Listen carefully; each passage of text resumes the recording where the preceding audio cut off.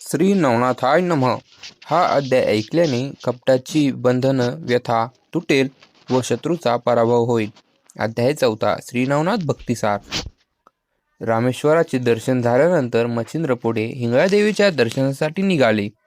हिंगळादेवीच्या मंदिराचे प्रवेशद्वाराचे रक्षण करण्यासाठी तेथे अष्टभैरव होते.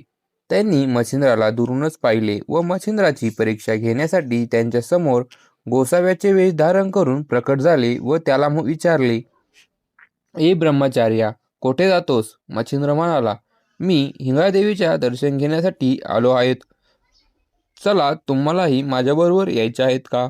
तेव्हा अष्टभैरव म्हणाले, "अरे, आम्हीच या देवीचे द्वारपाल आहोत. येथे दर्शनास येणाऱ्या प्रत्येकाला आपल्या पापपुण्याचा झाडा द्यावा लागतो.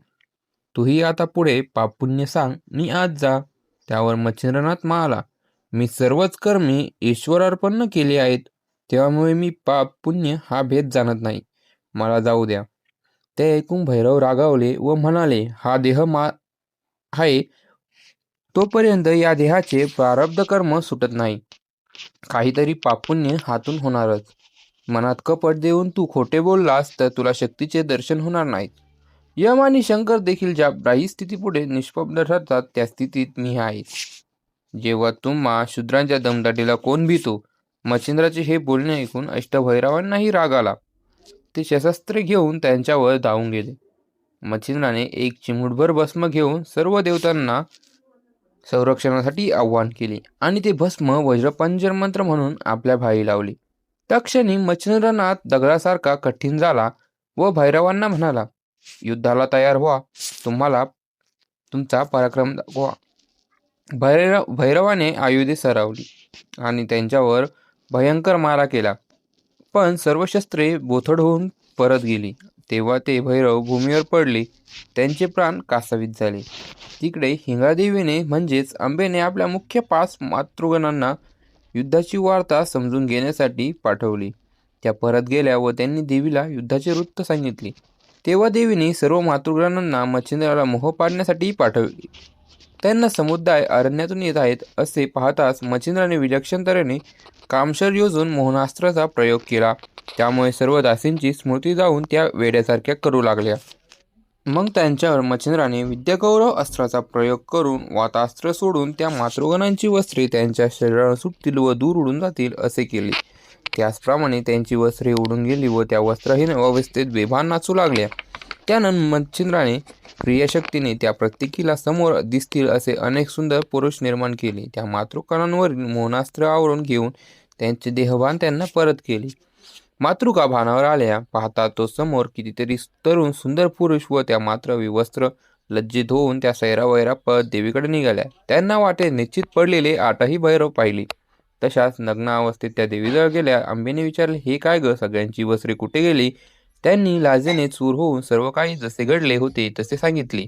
त्या म्हणाल्या, "माते, तू सुद्धा हे स्नान सोड, आता गोसावी येईल." तेवढ्यात एक ओरडली, "आला पाहतो योगी." सगळ्या गावावरून ओरडल्या. तेव्हा देवीने प्रथम मायाशक्तीने सर्वांना नवी वस्त्रे दिली व त्यांना धीर देऊन ध्यान दृष्टीने पाहिले. "अहो, हा तर रूपसरूप वसूचा पुत्र मच्छिंद्रनाथ म्हणजेच ऋषी कविनारायण.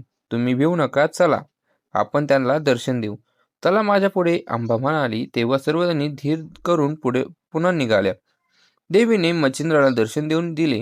देवीने त्याला उचलून मांडीवर घेतले व म्हटले, "बाळा, फार उत्तम पराक्रम केलास. या भैरवांना आता जागृत कर." तेव्हा मच्छिंद्राने अस्त्र आवरून घेतले. भैरव उठून उभे राहिले व मच्छिंद्रनाथाची त्यांनी स्तुती केली.